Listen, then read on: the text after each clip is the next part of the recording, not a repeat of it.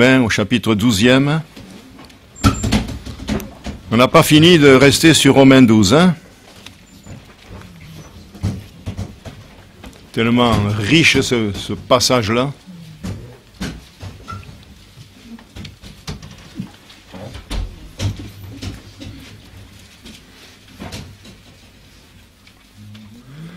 Romains 12, 2. Aujourd'hui, je ne vais pas tout lire, parce que vous connaissez maintenant les 2 versets par cœur. Simplement, ne vous conformez pas au siècle présent. Amen. Et la première épître selon Saint Jean, c'est juste avant l'Apocalypse, pour ceux qui ne connaissent pas encore trop la parole de Dieu. La première épître selon Saint Jean, au chapitre 2e et verset 15e. Là, si on reçoit la parole de Dieu, frères et sœurs, on peut se peser, on peut se mettre dans la balance. Hein. N'aimez pas le monde, ni les choses qui sont dans le monde. Mais écoutez surtout la suite. Si quelqu'un aime le monde, l'amour du Père n'est point en lui.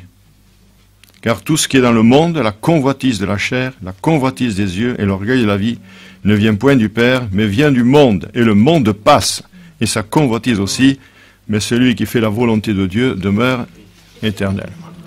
Amen. Voilà, nous allons prier. Nous voici ce matin, une fois de plus, dans ta présence collective. Individuellement, nous devons rester dans ta présence et toi, tu dois demeurer en nous si nous te le permettons. Nous sommes là pour recevoir ce que tu as mis sur mon cœur pour le peuple de Dieu depuis plusieurs semaines. Tu veux nous enrichir par ta parole. Tu veux nous sonder, Seigneur. Tu veux nous perfectionner afin que nous marchions d'un même pas, que nous ayons le même langage et un même sentiment.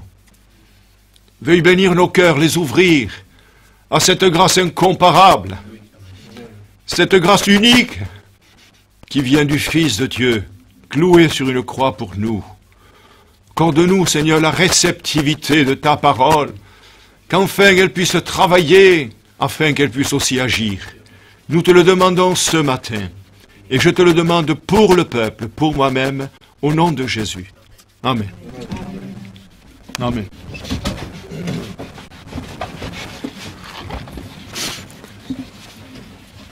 Nous avions commencé le 23 juillet par ce verset que nous venons de lire, « Ne vous conformez pas au siècle présent ». Alors, ce matin encore, je pensais, je pense toujours d'ailleurs, puisque je suis un roseau pensant, comme disait Pascal. Mais je disais, pourquoi tu as commencé au milieu de ces 2 versets-là, au début, « Ne vous conformez pas au siècle présent ». Dans ma pensée, c'était que si on ne s'y conforme pas, on va mieux servir le Seigneur. Et c'est faux. Parce que de suite après, je suis revenu au verset 1er. J'ai aussi réfléchi. Et je me dis, pour ne pas se conformer au siècle présent, il faut d'abord offrir son corps au Seigneur. Mais aujourd'hui, puisque nous suivons notre pérégrination dans ces 2 versets, je reviens à ce verset, mais aujourd'hui, ce n'est pas de se conformer au siècle présent, quoique il le faut, bien sûr, mais c'est le siècle présent. Aujourd'hui, on va parler du siècle présent. En 2 fois, hein, parce qu'il y a trop de choses à dire.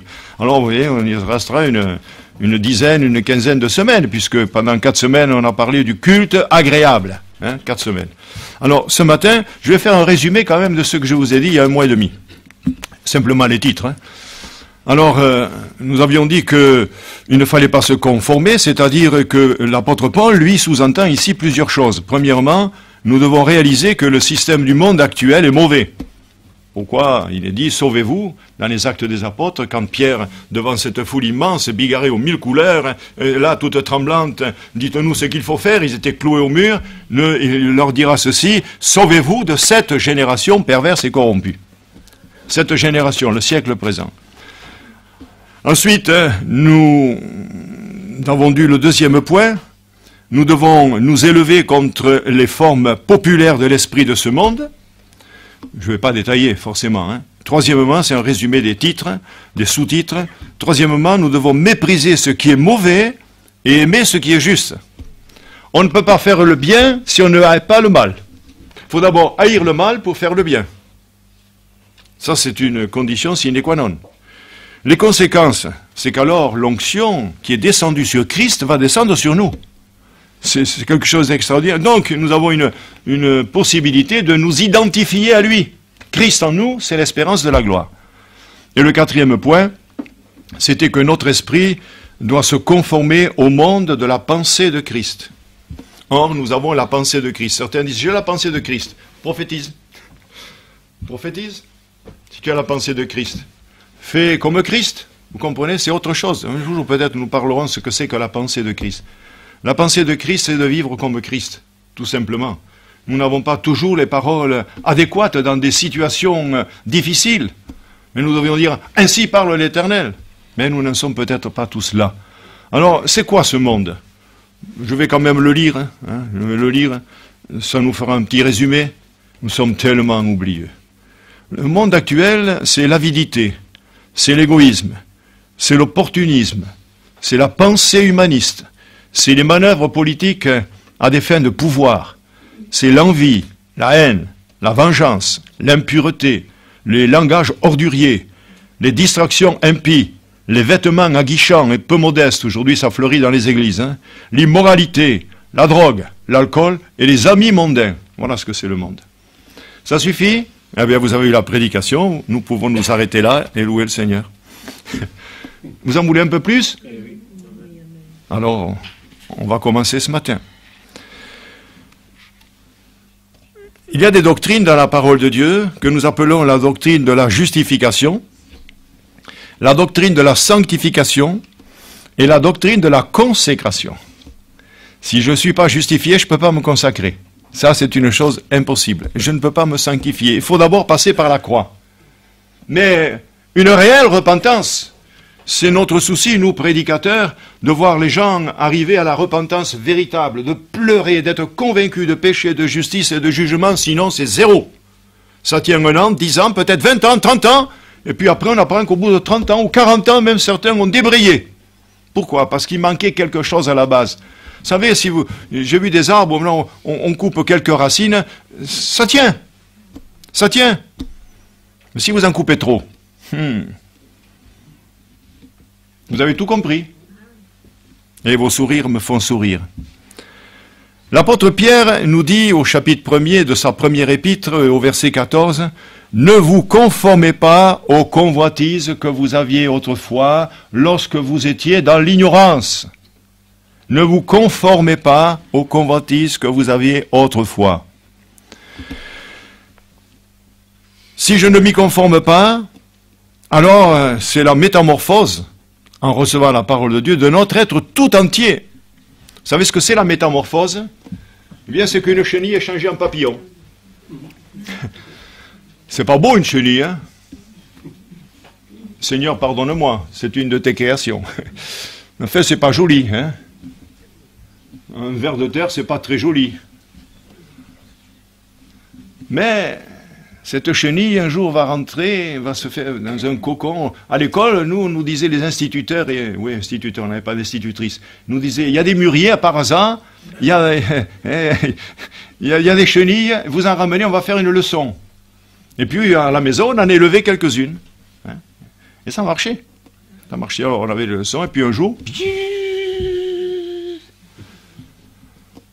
Il y a un livre qui est sorti il y a des années de Jim Henry de l'île de la Réunion. C'est montrer la métamorphose du pécheur en chrétien. La chenille est changée en papillon. Mais dites-moi, qui est-ce qui peut faire une chose pareille? Qui est-ce qui peut changer une chenille en papillon? Qui? Les scientifiques peuvent faire avec leur bistouri, avec leur seringue, avec leur liquide qu'ils injectent. Faire, ils ont bien voulu cloner la brebis Dolly, mais elle est morte, la Dolly. J'espère que Madame Dolly Raverdi vit encore. Amen. Alors donc, c'est le non-conformisme chrétien.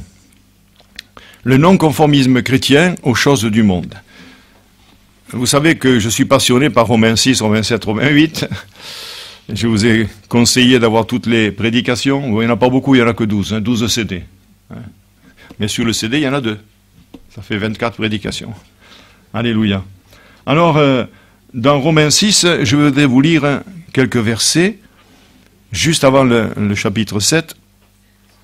L'apôtre Paul dit, « De même donc que vous avez livré vos membres comme esclaves à l'impureté et à l'iniquité pour arriver à l'iniquité, ainsi maintenant livrez vos membres comme esclaves de la justice. » C'est ce que nous avons vu dans la prédication, « Offrez vos corps. » Esclaves de la justice, vous avez remarqué le mot « esclave » pour arriver à la sainteté.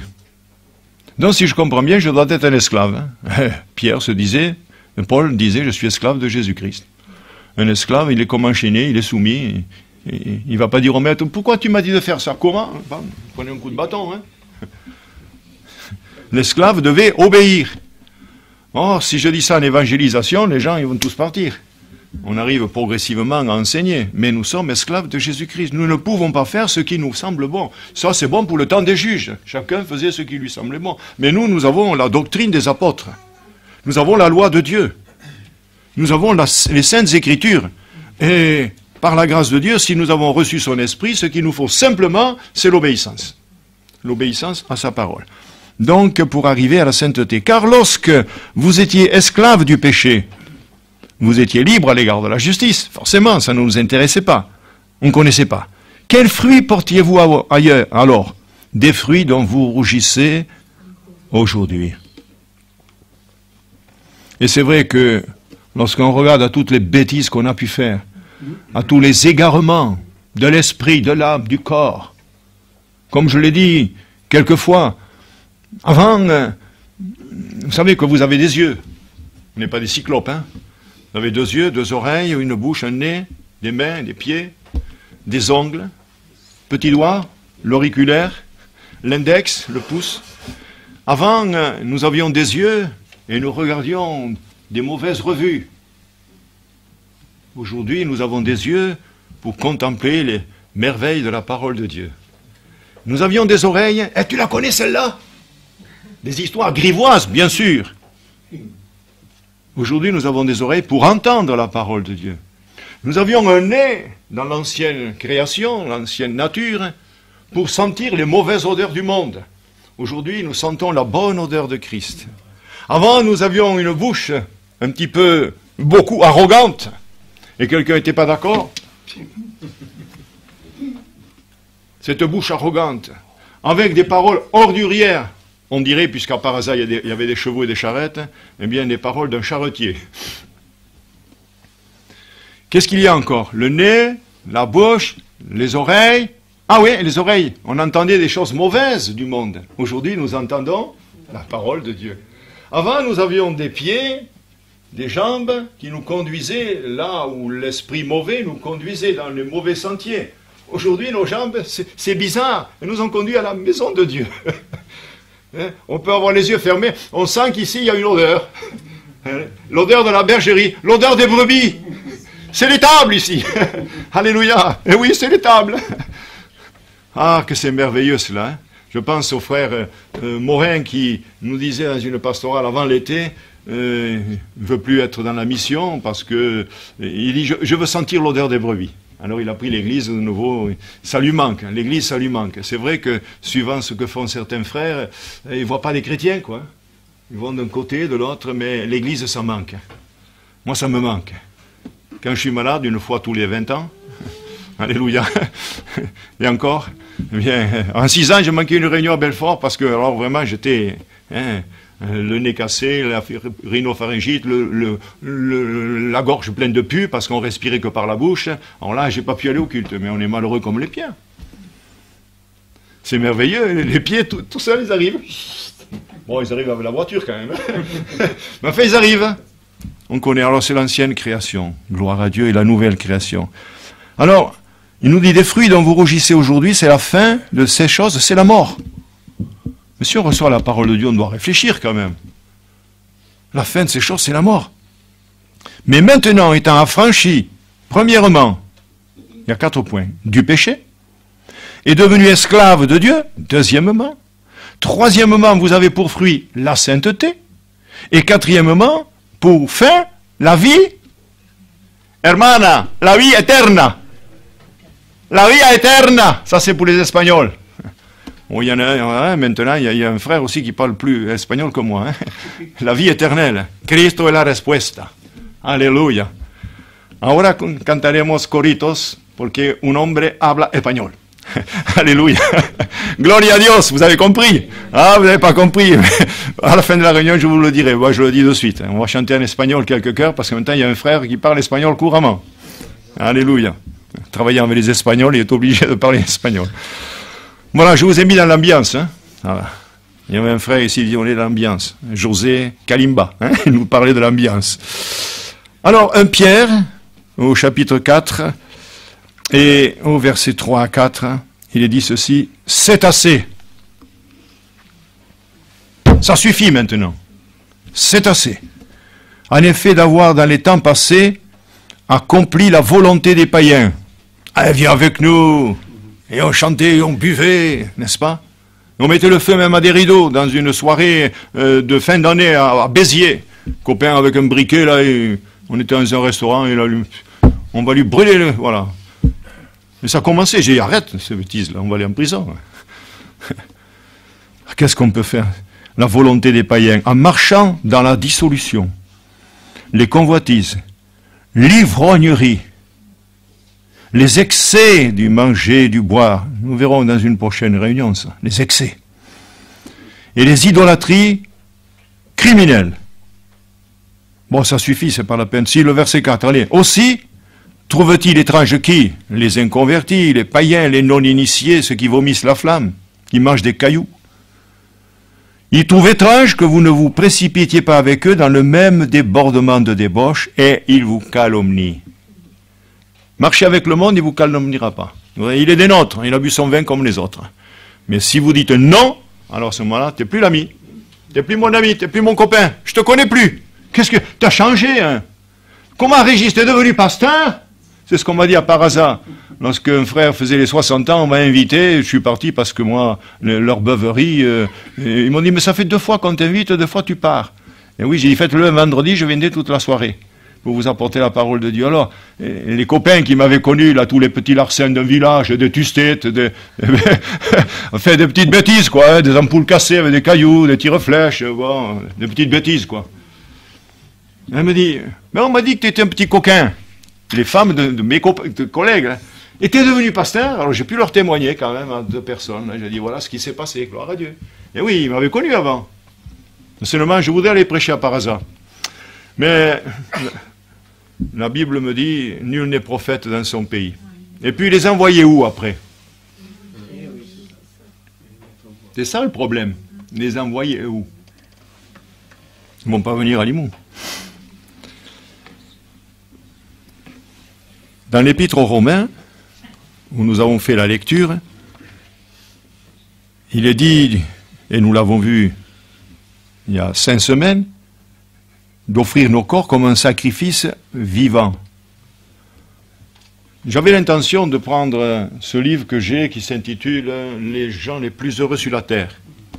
Je vous parlerai un jour de cet homme qui a offert un bœuf qui était borgne. On lira, c'est très instructif, mais en son temps. Offrir une bête morte, c'était une offense à Dieu. Il dira, si elle est boiteuse ou aveugle, offre-la à ton gouverneur. Te recevra-t-il favorablement, nous dit l'épître de la lettre à Malachie.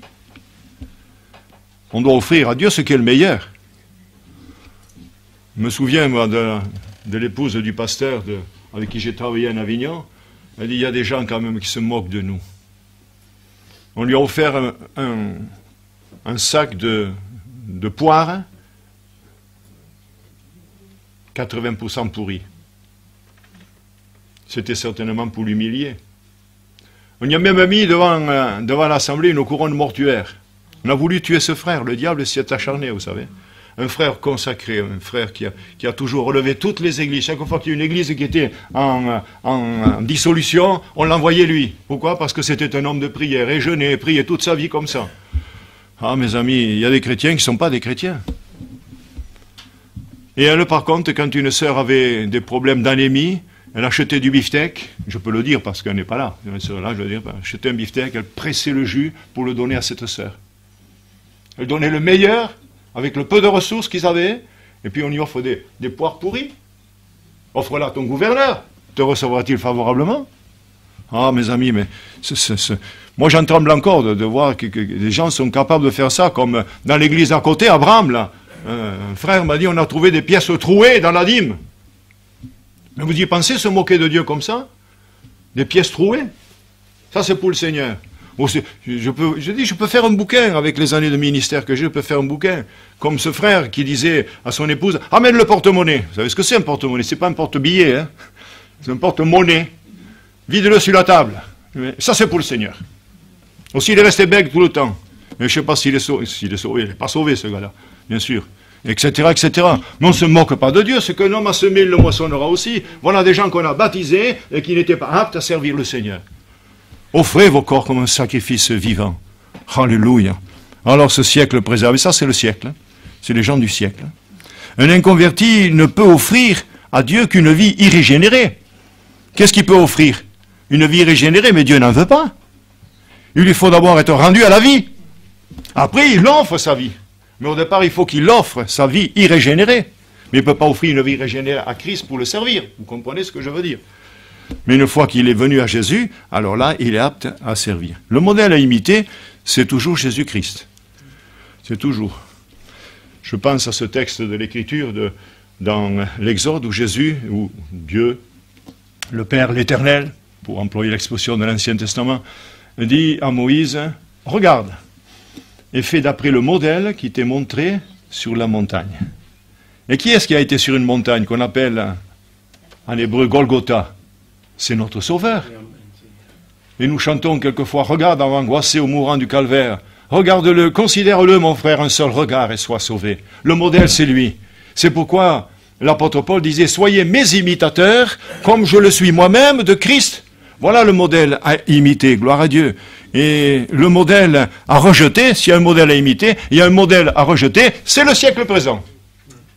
C'est le siècle dans lequel nous vivons, frères et sœurs, et qui veut nous étouffer, qui voudrait en gagner quelques-uns. Et malheureusement, le diable fait toujours son travail avec le même succès.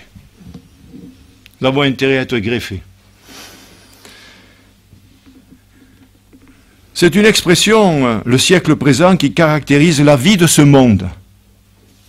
Hors de la régénération apportée par Jésus-Christ. Et dans l'activité qu'il se propose d'exercer pour Dieu, le chrétien ne doit pas suivre les règles, les coutumes, les modes qui prévoilent dans le siècle présent, obéir aux passions, s'inspirer et agir et penser selon l'esprit du monde. Le siècle présent. Le siècle présent, c'est le monde dans son état actuel. C'était du temps de Paul, c'était du temps de Pierre, c'était du temps de tous les temps. C'est le siècle présent. C'est dans lequel nous vivons. Certains me diront, mais vous savez, il faut être moderne. Il faut évoluer. Il y en a encore qui, j'ai entendu ça, il y en a encore qui chantent sur les ailes de la foi. Moi je dis, alléluia, ça rime comme ça.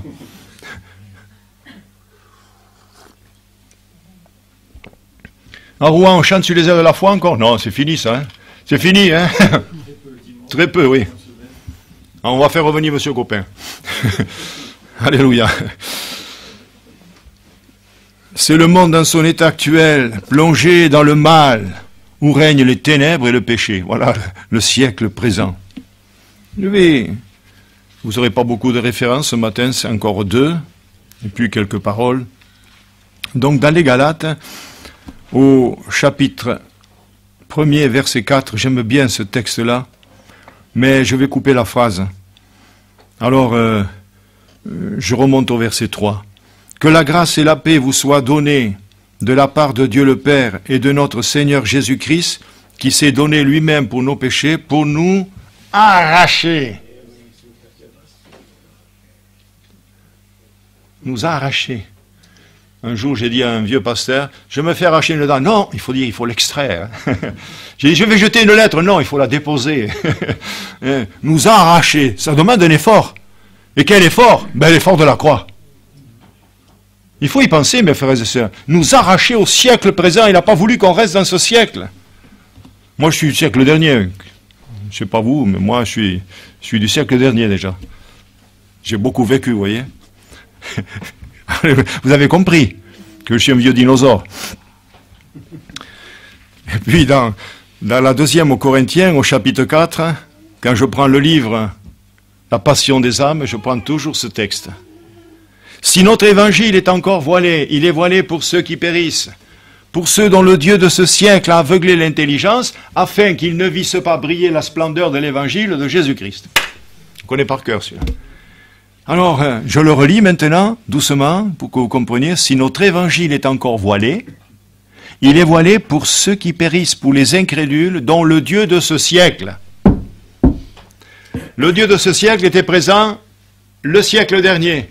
Il était présent en 1500. Il était présent en l'an 300. Il était présent du temps de Noé. Il était présent du temps d'Ève. Puisque c'est déjà là que le péché est entré dans le monde. Voyez-vous? Il a suivi, il y a le cordon rouge et le cordon noir. Un jour, je vous prêcherai sur le cordon rouge et le cordon noir. Ça fait 20 ans que je vais prêcher dessus, 20 ans, 40 ans, et je n'ai jamais prêché. Mais peut-être que je le mettrai je l'ai en dépliant, là, depuis Noé jusqu'à l'Apocalypse, c'est formidable. Alors, il y a le cordon rouge qui nous suit, la grâce de Dieu. Il y a le cordon noir, le péché. Il y a le fil d'or aussi. Oh, gloire à Dieu, la divinité. Que le Seigneur soit béni. Alors, le siècle présent, mais il est opposé au siècle à venir. Parce que pour nous, le siècle à venir, c'est l'éternité. C'est avec Christ. Et c'est vers ce siècle-là qu'il faut tendre, où la volonté de Dieu dominera seule. Et là, il n'y aura plus de larmes. Fini, je ne prenais plus de mouchoir. Hein. Moi, vous remarquez, j'ai toujours un mouchoir dans la poche. Hein. Et déjà, quand on allait à la réunion à Martigues, avec mon épouse, on pleurait dès qu'on rentrait dans la réunion, les chants. Oh, les chants. Ah, les chants, c'est formidable. J'en ai un pour vous, tiens. Si je la vois cet après-midi, je vous le chante. Un beau chant. De Sbinden. Alléluia. Mais maintenant, comme notre frère Franck qui tripote bien dans l'ordinateur, je verrai si la musique existe. Parce que j'en ai beaucoup de chants en solo. Bon, c'est en playback, c'est tout ce que vous voulez, en cappella. Mais c'est intéressant. Hein. Alors, on partait à la réunion. Et puis un jour, je mets la main dans la poche. Oh, marche arrière, qu'est-ce que tu fais? On a oublié le mouchoir. J'ai oublié le mouchoir. Dès qu'on rentrait les champs, on ne comprenait rien, mais on était enténébrés. On savait que c'était vrai, moi, depuis tout petit, je savais ce qu'était l'évangile. Je savais que c'était vrai, tout ce qu'il faisait, oui, mais ça ne rentrait pas, la conviction de péché ne venait pas, mais elle venait par les chants. Et on pleurait un peu. Et ça lavait. Oh, mes amis, fini, ma femme, j'ai dit, fini le savon, fini le shampoing, fini le gant de toilette, fini la serviette, on est lavé dans l'assemblée. Amen. Ah, c'est beau de pleurer, hein. Et je pleure encore. Ah oui, je pleure encore. Gloire à Dieu. Il faut être sensible parce que l'Esprit de Dieu, vous savez, il est sensible, frères et sœurs. Hein. Si on a un cœur dur, on ne pleure pas. Mais si on est sensible, moi je connais un homme un jour, hein, il ne pleurait jamais. Puis il a pris une moto avec un sidecar. Il a pris un trottoir là, et puis il a tordu la roue de la moto. Il s'est mis là, il a pleuré. Il pleure sur la moto, mais il ne pleure pas sur son péché. Ah, maintenant il pleure, alléluia. Hein. Il y a des progrès qui sont faits, vous voyez comment on progresse. Il y a une constatation qu'il faut faire, c'est qu'on se laisse facilement coincer dans le moule du monde. On s'y laisse facilement parce qu'on est dans ce monde. Et il faut toujours se tenir sur les gardes pour ne pas glisser, pour ne pas broncher, comme dit l'Écriture, broncher. Enfin, c'est si facile de faire un mauvais pas. C'est si facile. Alors on se laisse coincer dans ce monde. Viens avec nous. Oui, mais viens avec nous. Regardez Jean. Il n'y a pas de Jean ici? Sinon je change le nom. Hein. Jean, lui, s'est converti. Il était avec ses copains, ouais, il faisait la fiesta, comme font tous les jeunes. Puis il s'est converti. Puis un jour, ils sont allés le presser, vous savez. Allez Jean, tu iras une autre fois au culte. Hein. Allez Jean, pour une fois. On vous l'a pas dit ça, pour une fois? Ma cousine de Bram m'a invité une fois pour les 40 ans de mariage et puis pour les 50 ans. Et c'était toujours un samedi. Une fois, j'étais à Carcassonne, quand tu m'as invité, puis dernièrement, quand j'étais dans cette maison ici. Et chaque fois, j'ai refusé discrètement. J'ai dit, moi, j'ai le culte le dimanche, je ne peux pas me coucher tard, tout ça, etc. Ouais, tu nous as fait déjà le coup à Carcassonne. tu nous as fait déjà le coup. Ouais, c'est-à-dire, tu ne veux pas venir, quoi. Mais en quelque sorte, c'était ça. Oui, c'est vrai. Mais comme je suis pasteur, c'était facile de dire, moi, je prêche, il me faut être en forme. Mais je sais ce que c'est ces soirées-là. Et ça danse, et ça drink, et ça boit. Et... Puis le lendemain, la bouche patate. Je vais vous parler, mes frères. Je vais parler comme les Africains, là. Je vais vous parler comme ça. Mais qu'est-ce que t'as les souliers à bascule? Qu'est-ce qui t'arrive, là? Non. J'ai oublié le latin, mais je sais qu'une âme saine doit être dans un corps sain. Amen. Alors, je disais qu'on se laisse coincer dans ce moule du monde. Et c'est quoi l'esprit du monde, ce monde présent? C'est l'esprit jouisseur, c'est l'amour de l'argent, c'est la recherche des honneurs, c'est l'écrasement des faibles par les forts, c'est l'esprit de contestation, c'est l'apostasie. Souvent on a cru que l'apostasie c'était les non-inconvertis. C'est pas vrai, l'apostasie c'est les chrétiens. C'est les chrétiens qui sont apostats, qui vont renier le Seigneur, parce qu'ils ne sont jamais vraiment donnés au Seigneur. Mes amis, mes frères et sœurs, l'amour du siècle présent, si nous l'avons, nous n'aimons pas Dieu. C'est pas moi qui le dis, c'est la première épître de Jean, nous l'avons lu. Si quelqu'un a l'amour du monde, l'amour du Père n'est pas en lui. Alors si j'ai pas l'amour du Père, qu'est-ce que je suis? Je suis un métèque, je suis un voyageur, je suis un vagabond. C'est ce que veut dire métèque. Je vais d'un côté de l'autre, errant, dans la steppe. Et je deviens, tout simplement, comme une bruyère dans la lande, version Darby. Une bruyère dans le désert, version second. C'est-à-dire tout petit, un bonsaï. Comment un chrétien bonsaï? Oui, ça arrive, oui. Il y a une caractéristique dans la Bible, c'est qu'il est question du temps de Noé et du temps de Lot. C'est des prédications entières, ça. Le temps de Noé et le temps de Lot. Le temps de Noé, c'était quoi? Mais c'était le temps de la corruption, de la violence et de l'insouciance. On pense que parce qu'on a tourné les pages de la Bible, Dieu a oublié. Oh, Dieu a oublié. C'est vrai que Michée nous dit au chapitre 7e qu'il a jeté nos péchés jusqu'au fond de l'eau, mais à condition qu'on les lui apporte. Mais si l'on vit en tournant la page et que ça subsiste, vous ne pouvez pas, mes frères et sœurs, progresser. Écoutez votre ami qui vous prêche. Je suis votre ami, je suis votre pasteur, je suis le conducteur spirituel. Je suis mandaté pour Dieu pour vous faire du bien. L'apôtre Paul disait, nous ne sommes pas là pour votre destruction. Nous sommes là pour votre perfectionnement. Amen. Mais il faut écouter. Et si vous n'avez pas compris, venez me voir. Les heures supplémentaires chez moi sont gratuites. Vous trouvez ça ailleurs, vous. Et puis il y a le temps de Lot, dans Luc 17. Le temps de Lot, c'est autre chose. Ils achetaient, ils vendaient, ils plantaient, ils bâtissaient, se mariaient leurs enfants, bien sûr. Mais là, c'est l'amour de l'argent, c'est le confort. Quand je révisais à la fin mon message, je disais, mais il y a autre chose. Il y a le premier chapitre d'Agée. Tandis que cette maison est détruite, vous habitez vos maisons lambrissées. C'est-à-dire le confort. Comment quitter ça? Mais quand même, je peux lire la Bible, moi, au pied du feu le soir. Dixit, la sœur de Belfort. Je ne vais pas le répéter 50 fois. Ça revient dans les prières. Hein? Oui, mais Dieu lui a dit, tu sais qu'il y en a un qui vient de 60 km. Il neige, mais il vient, il pleut, il neige, il fait du vent, il neige, il pleut, il est toujours là.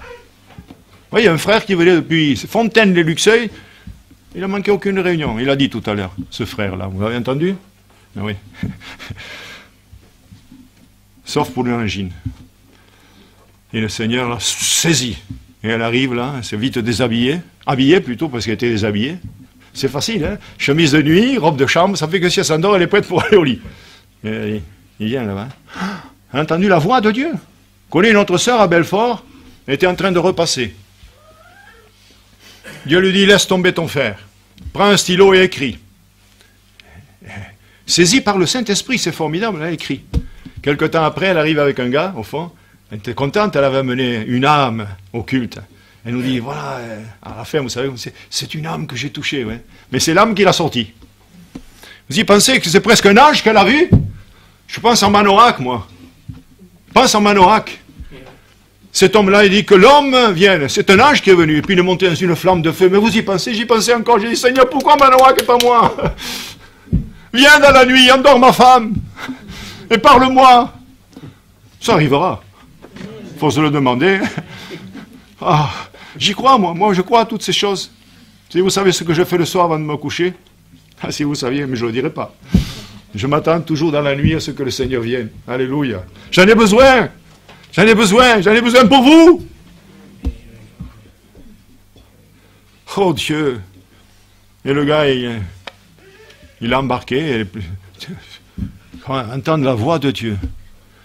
Et sous la dictéo, je connais d'autres personnes qui ont été comme ça saisies. Hein. Un ange est venu presque tenir sa main, elle a écrit, elle nous a fait lire la lettre. Et puis après, s'est laissé embarquer. C'est vrai, tu es jeune converti, mais quand même. Oui, c'est l'amour de l'argent, le temps de l'autre, le confort, toujours plus, au détriment, bien sûr, de la prière, de la lecture, du travail spirituel. Voilà, je coupe mon message en deux parce que c'est trop long. Tout ce qu'il y a à dire par la suite, c'est trop long, il faut des explications. Je pense que vous avez compris. Si l'élève n'a pas compris, c'est que l'instructeur n'a pas instruit. Un jour, j'ai dit ça, et je vois une sœur qui est là-bas, au fond, à gauche, parce que sa fille était professeure, mais c'est pas vrai. Mais ça, c'est un slogan, parce que le professeur peut bien instruire, et l'élève ne peut ne pas saisir. Mais après la prédication, vous avez quand même la parole de Dieu. Et vous pouvez plonger vos regards dans la loi parfaite, la loi de la liberté, et regarder si ce qu'on vous dit est vrai, et dire, mais c'est vrai, forcément. Depuis que je lis ça, ça n'a pas agi en moi. Tiens, je vais l'ouvrir au hasard. C'est vrai, c'est au hasard. Oui, c'est au hasard. Et vous dites, nous sommes délivrés. Ça, c'est un rhéma de Dieu, ça, que je viens de lire. Et les gens, je suis sauvé, alléluia, nous sommes délivrés. Mais non, tu es esclave. J'ai ouvert au hasard, pour vous dire, c'est la parole, au hasard. Les scories ne se détachent pas. On les appelle de l'argent méprisable. Alors la Bible dit, réformez vos œuvres, vos voies. C'est formidable d'avoir ouvert au hasard, ne le faites pas. Hein. Il y en a qui ouvrent la Bible au hasard, vous connaissez ce... Tout le monde le connaît. Non, allez, pour ceux qui ne connaissent pas. Il y a un homme, il dit, moi Seigneur, tu vas me diriger aujourd'hui. Alors j'ouvre la parole au hasard. Et Judas alla se pendre. Oh là là, c'est pas pour moi. Alors il dit, non Seigneur, autre chose. Et il tourne, il met le doigt, il regarde, et va, et toi fais de même. Alors mes amis, si vous ouvrez la Bible au hasard, vous risquez d'avoir des bévues. Vous risquez d'avoir des problèmes. Hein. Non, non, il faut lire la Bible comme il faut la lire. Hein. Alors regardez encore, tiens, cette page que j'ai lue, et c'est vrai, au hasard. Alors je vous laisserai demeurer dans ce lieu. Alléluia, agrandir. Et puis encore, placez-vous sur les chemins, regardez, demandez quels sont les anciens sentiers, quelle est la bonne voie, marchez-y, et vous trouverez du repos pour vos âmes. Allez encore, puisque c'est ouvert. Voici l'ordre que je leur ai donné, écoutez ma voix, je serai votre Dieu, et vous serez mon peuple. Marchez dans toutes les voies que je vous prescris, afin que vous soyez heureux. Ça a été ouvert au hasard. Mais je crois qu'il n'y a pas de hasard. C'était dans la prédication, c'est venu comme ça. Et encore il est écrit, et ils n'ont point écouté. Ils n'ont point prêté l'oreille. Ils ont suivi les conseils, les penchants de leur mauvais cœur. Ils ont été en arrière et non en avant. Mes frères et sœurs, le siècle présent, c'est ça. Le siècle présent veut engloutir ses victimes. Que nous soyons les victimes du Seigneur, une fois offert, alléluia, esclave du Seigneur, mais pas victime du monde. Le monde n'a aucun attrait pour moi. La fête foraine, je ne connais pas. Je passe en voiture, mais je ne me suis jamais arrêté. Mais chaque année, à la fête foraine, j'ai vu des chrétiens à table avec les païens en train de siroter, en train de boire. Oh. On me dirait, il n'y a rien de mal. Non, mais va boire un autre jour, peut-être, mais pas le jour de la fête foraine, parce qu'il y a trop de bruit. Connaissons le frère John Boer, qui était à un moment donné, tous les gitans passaient ici, ils venaient dans nos réunions, puis finalement, ils ont reçu des appels, il y en a un qui a reçu l'appel ici, hein, Yuri, sa maman vient de temps en temps, il y a John Boer, il y a ceux de Pamiers que nous connaissons, il y a William également, on ne les voit plus, ils prêchent maintenant. Et John Boer avait quand même une crainte de Dieu. Il tenait un manège. Vous le voyez chaque année, et après les réunions d'ici, là, j'allais le voir. Bon, c'était simple, c'était des trucs pour enfants, vous savez, un petit manège d'enfants. C'était pas méchant. Seulement, il me dit, mais quand même, tous les soirs, toute la nuit, eh bien, on entend ces musiques affolantes, on est dans le monde. Il a compris. Il a fait une prière, Seigneur, si tu me fais vendre, moi je prêche la parole. Et c'est passé qu'il a bien vendu, et très bien vendu. Il était tout content de me téléphoner, il me dit, j'ai vendu le manège. Quand Dieu approuve les voies d'un homme, il dispose. Alléluia. Vous voyez, mes frères et sœurs, c'est facile de se débarrasser de certaines choses pour servir Dieu. Jeanne d'Arc disait, mais Sire Dieu premier servi, et sur cette parole que nous nous courbons et nous adorons. Amen. Merci Seigneur. Merci de nous avoir délivrés, partiellement peut-être pour certains, totalement pour d'autres de ce siècle présent. Que nous puissions rester fermes, que nous puissions demeurer en Christ, que nous puissions vraiment, vraiment, vraiment mettre cette parole dans notre cœur. N'aimez point le monde ni les choses qui sont dans ce monde, car si quelqu'un aime le monde, l'amour du Père n'est pas en lui. C'est fort, Seigneur. Et moi, je veux ton amour. Ton amour m'a été donné, puisqu'à la croix, il a été versé par le sang qui a été répandu. Maintenant, Seigneur, je reçois encore cet amour. Et je prie pour que cet amour descende dans le cœur de mes frères, de mes sœurs, que ce matin, ils sentent cette visitation du Tout-Puissant, que tout à coup, ça soit comme une résurrection, Sauveur, et que chacun sente dans son cœur la présence du Seigneur. Elle est merveilleuse, elle est glorieuse, elle est éternelle, elle est amour. Merci Seigneur, bénis ton peuple, racheté et conduis-les un peu plus près de toi, au nom de Jésus. Amen.